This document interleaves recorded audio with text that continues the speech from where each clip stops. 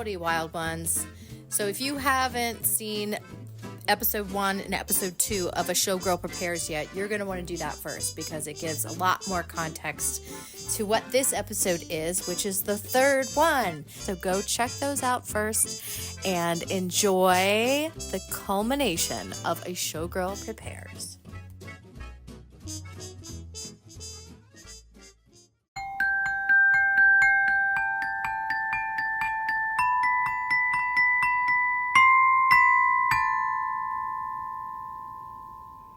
Hey, sorry I haven't been videotaping very much, but it's the Friday before the show and a lot has happened. I had to find an assistant and I had one, and then her knee got all messed up doing the stairs of the house. And so then I had to find another one, and then it's just been like trying to figure out what the show is and then building this set piece, and like it's finally coming together good, but I really needed an extra hand. Preferably a handy sort of guy carpenter sort of hand who can make that sort of stuff just easier. I did pretty good, but like the final touches, like because I'm short and just different things, like it was just so much easier to have help, handy help. So I got 2 people to help me, and man, saved the show. So that's how it always goes. And then you make friendships and you have all these memories. Anyway, I'm feeling better. I'm sitting here painting the individual strings of the tiny marionette's hair, which is just so tedious. I can't believe it's going down like this, but also it's turning out to be even cuter than I imagined. It's so funny because I mean, some of you guys are going to laugh and be like, yeah, right, you didn't think about it. But like, I painted that poster just like as a standalone. Like I had the skeleton act, but it was also just how I was feeling, you know, where it's like the skeleton's on stage and I'm peeking around the corner, you know, like from backstage, like, is it safe to come out?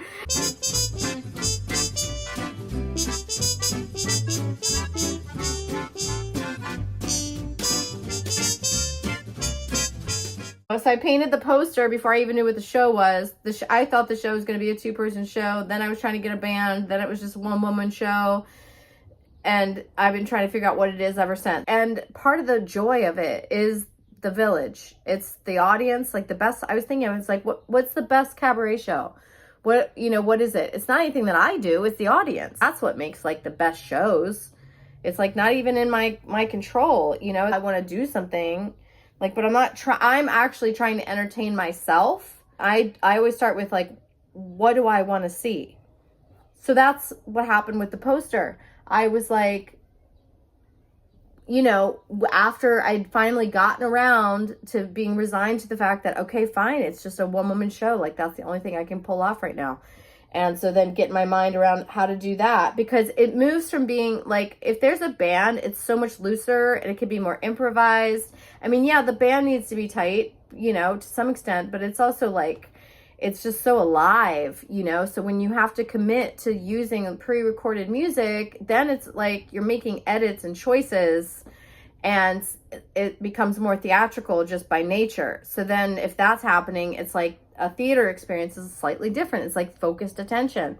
So I'm really focusing the attention. And I had the one, it's so sweet to me because I built this puppet set, the main one, and then I have the mini set, and then the mini set. And the mini set, the second one, I borrowed from my youngest sister to do Carmen the hot dog opera last year. Because, and I had made that for her when she was a kid with my dad. Because my dad used to help me make all my goofy projects, my crazy ideas. He would help me in the garage. And so I had made that, and she just had it. I think it was even still at my parents' house, and so I like took it back, and I've been using it. Even though she has kids, I am going to relinquish it back to them at some point. But for now, it's really great, and it fits so well. So I had that, and then I was like, well, what do I want to see? I want to see a life size that, you know. So I was like, okay. And then it occurred to me that I was painting I was creating the poster, that the show was like basically like I did it in reverse.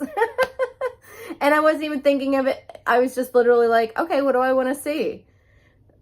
This is what I want to see. And I was able to recycle that table from 2012 when I competed in Las Vegas for the Burlesque Hall of Fame.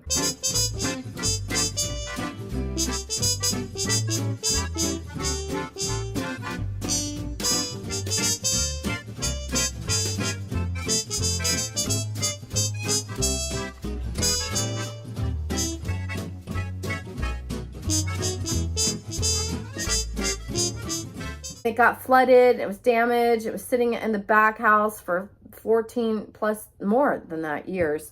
So anyway, I just can't believe how this has all come together, like on a shoestring. Of course, it's not how I like to do things, but I can make a show out of anything. But God, it's like if you don't have money, you gotta have time. Money, you gotta have time. Money, you gotta have time. It's like if you don't have money, you gotta have time.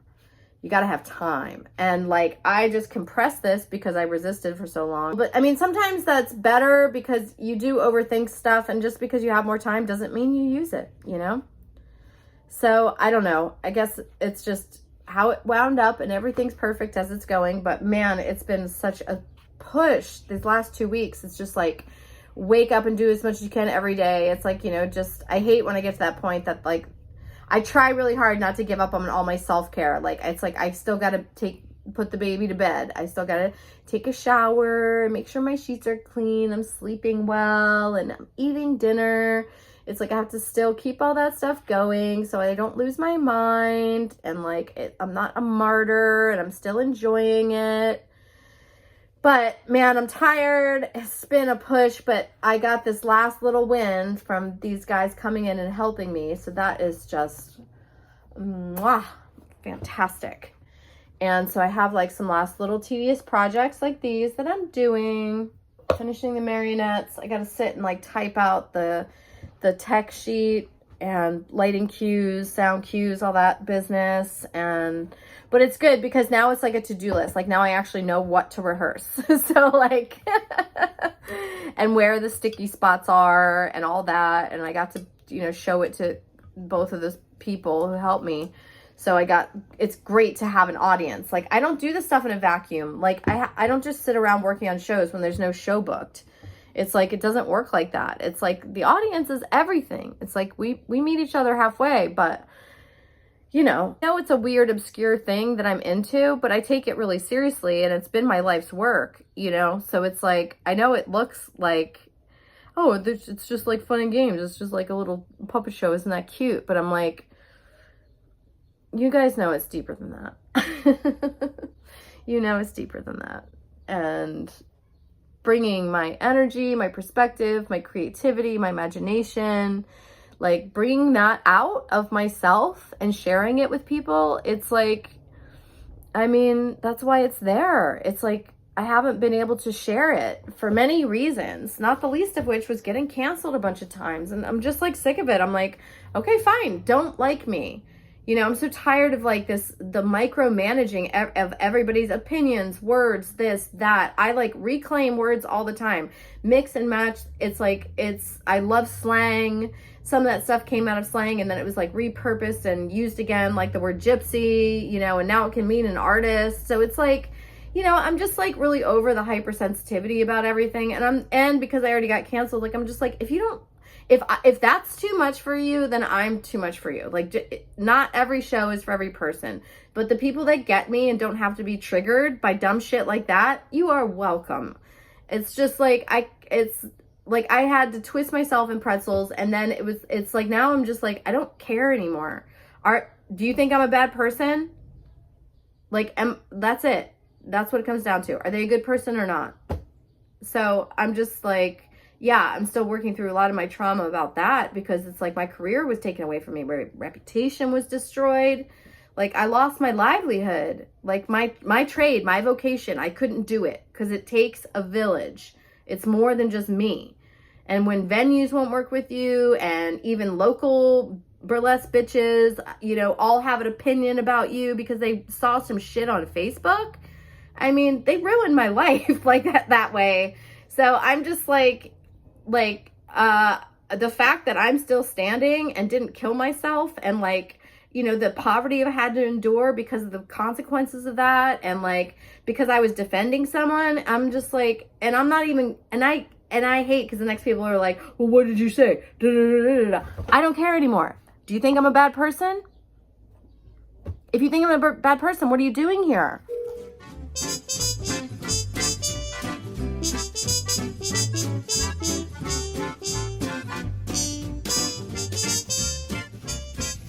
Don't you just love it when people on YouTube get all worked up?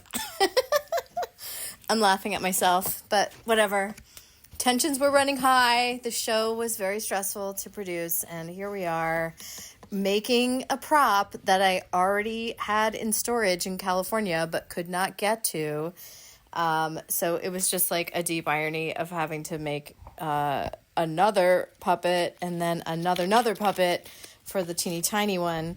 And like I said, I had no budget, so I'm doing this with foam core and cardboard and string, which are not great puppet materials because you actually want some weight. The one marionette that I have in storage is actually carved out of wood and has a lot of weight to it, so it moves really well because of that weight. So this is like cheating the system, and only for appearances, not for practicality, because it's not going to be a great puppet. But I was just going for the image, and I wanted to get the visual right because I'm a visual person first and foremost. Even though I love performing and I consider that my main talent, I came to it as a visual artist. Like, I saw shapes of bodies, you know, it was like I could see it as pictures. Like, I was very inspired by Busby Berkeley, who did all that aerial kaleidoscopic dancing girl stuff, you know, all the synchronized swimming stuff. Busby Berkeley was really huge for me. But that's because I see movement and performance as images first and moments. They're like snapshots in my head, sort of. Okay, here's what we got so far. Honestly, I'm just trying to keep moving, but I ran out of this pink thread, which is unfortunate because I either have to restring this so that it all matches or find the other colors of this that I had and then paint them, which sounds like it sucks. And we're watching Breakfast at Tiffany's. This one is all in the pink and is ready to go. The strings on this are obviously going to be a lot shorter. Hopefully I made them tall enough. I don't know if I did. Ugh. God, this is so tedious, you guys. Anyway, also made the hair, which is drying. Just tied it on.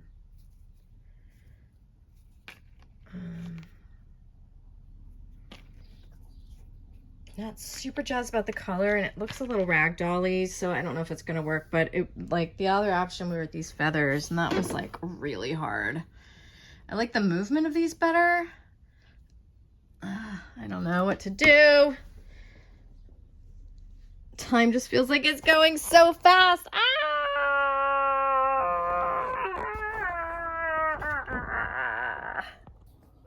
So anyway, it's just been a lot of feelings. And then I'm also going back to California for the first time in a year to go visit my sister, my truck, my stuff, figure out what's happening. Like, am I coming back to Baltimore? I don't know what's happening. I left part of my heart there and all my things, all my art. And it's just, you know, ironic that I got invited to dog sit out there after my show was scheduled. Because it would have been so nice to be able to go back and get my costumes beforehand, but whatever, I made do. By the skin of my teeth, you guys. I just feel like this was really, but I don't have my, like, performance muscles totally back up, you know, so it's like a lot to go from, like, not having done it at all to, like, getting the whole machine going again, because it's so many moving parts. It's a plate spinning act, you know. It's like I'm making the puppets, I'm making the sets, I'm typing up the set list, I'm working on lighting, I'm arranging the music. It's like I'm doing everything for it. So, you know, and I want it to be good. Like, I want to feel good. I make stuff that feels like real. It feels like what needs to be said somehow, or that it's, you know, it's just playful, sexy comedy. Creative, imaginative, surreal, something. We'll see how it goes, but I'm finally feeling excited. Like, it finally switched over, because it's just toil, wake up, work. Oh shit, it's time to go to bed. Okay, wake up, work. And so now it's like I have a list. It looks like this big, but it's like manageable. It's like tightening stuff up, which is great. Like, that's where I want to be. It's tightening stuff up. And although this is the last big thing, is these 2 puppets. And this is also like, I have a marionette of me already in storage. So I had to make one from scratch out of a toilet paper roll. So you guys, it's just been like doing stuff without money. It's just like, I have to be so resourceful, and you have to really think hard, you know, and just be like, all right, I'm going to just make this work no matter what. And that's how it is. The show must go on. The show must always go on unless you physically cannot be there. Like not just like, I don't feel good. It's like you do that fucking show usually. I know that all changed during COVID, but I'm just saying it's an ethos kind of baked in, you know. So anyway, we're making it happen. It's happening, and I am excited. So here we go.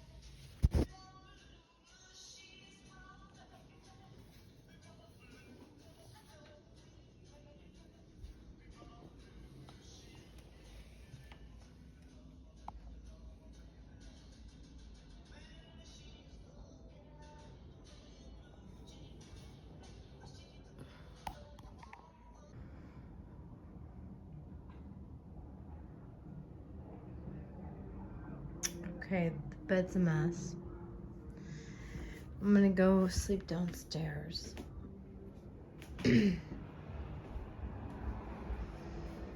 I'm literally just accepting what's happening.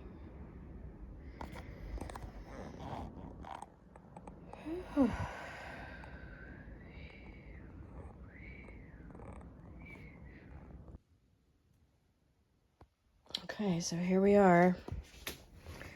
It's like the day of the show. There's some things off my list.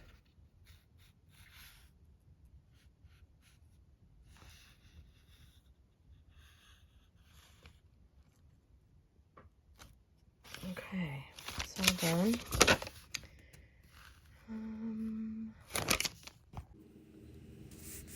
It is cool to look back at my original sketches for this set piece and just see that it's exactly how I planned.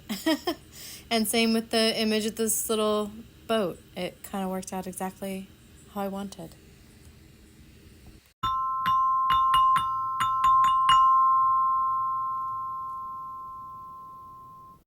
So there was a little hiccup with the staging that is probably my fault for not understanding that the venue did not actually have a video projector. They have screens that at this point we are setting this whole stage up in front of the screens. And I had 2 videos to show that were going to cover my costume changes. And I had made that whole white screen that was detachable for that purpose. But little did I realize at this time that there was no video projector. So it made the day of the show a little chaotic, and a bunch of more people had to come and save the show to get a video projector in there. And then the sound guy, Jimmy, had to sit on the edge of the stage to run the show from my laptop because it had to be plugged in to the projector and there wasn't enough cord to get to the booth in the back. So it did make things kind of funny and intimate, and everybody was so great and helpful, and it all worked out luckily.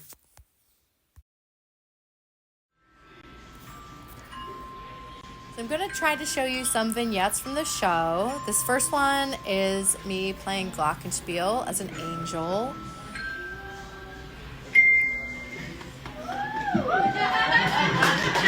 Here is me and my assistant Joe the Clown doing one of my longest running performances called Carmen the Hot Dog Opera. He did a great job and it looked really spectacular, better than it ever has, honestly, with the larger stage around it.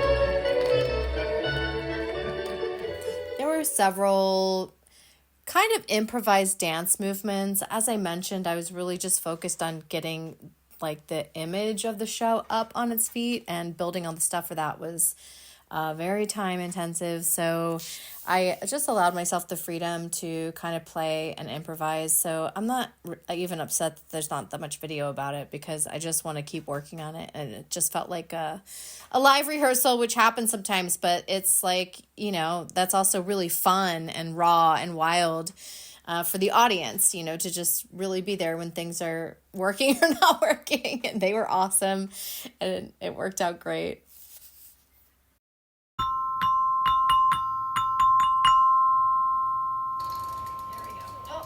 Oh, I got one. How about that?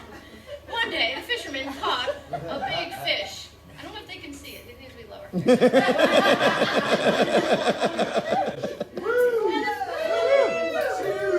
And the fish said to the fisherman, "Look, I'm not really a fish. I'm actually a prince. You don't want to eat me. I wouldn't taste very good. You should just let me go." And the fisherman said, "Well, I wouldn't want to eat a talking fish anyway. That'd be disgusting. Definitely gonna set you free." And then he went back, paddled back home to his little hut by the shore. And he went inside the little hut, and his wife was there, and she said, "You didn't catch any fish today?" And he said, "No." And he said, "Well, I did catch one, but I let it go." She said, "What did you do that for?" He said it was a prince. "Well, if it was a prince, you should have asked him for something. You didn't get anything off of that fish, and you let him go? Go back. Ask that fish for a cottage." The fisherman said, "A cottage? I mean, that's just like, don't you think that's a little ridiculous? You can't just ask anyone to give you a cottage. Go ask him. It's a magic fish. He's a prince. He could give us a cottage. Why should we be living here in this hut?" The fisherman did not want to go. So he put on a special hat.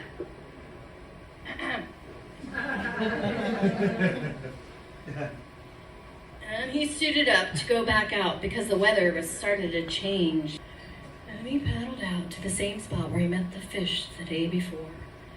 But this time the water was green and yellow and it didn't smell very good.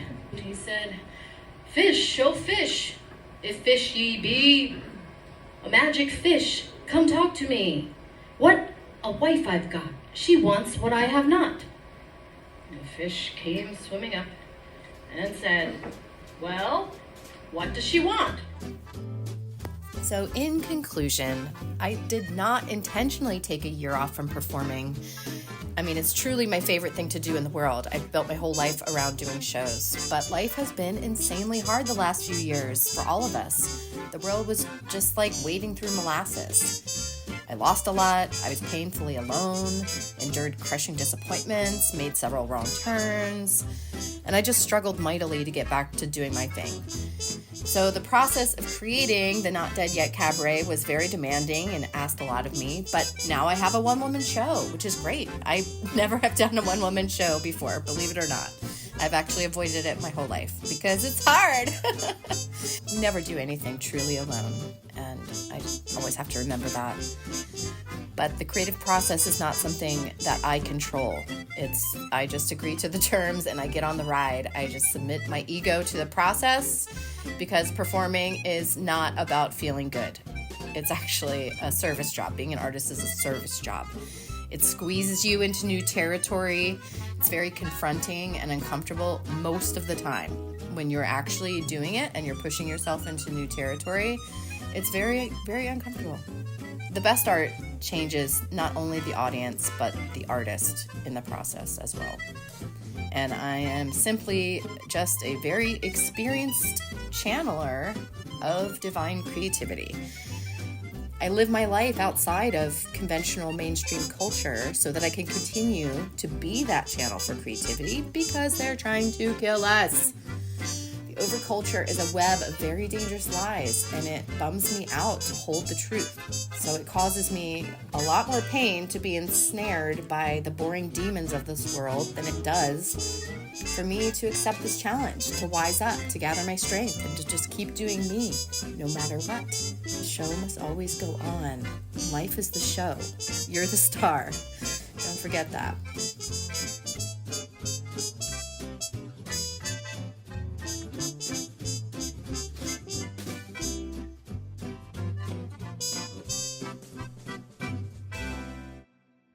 Oh my God.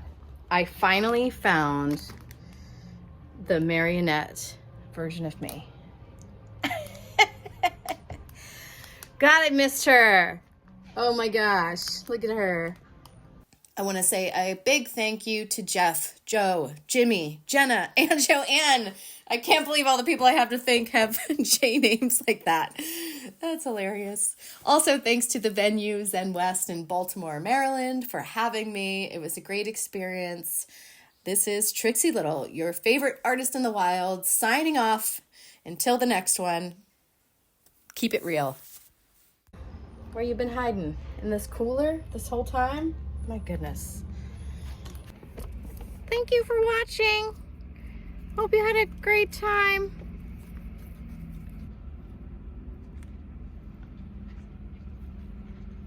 Bye for now.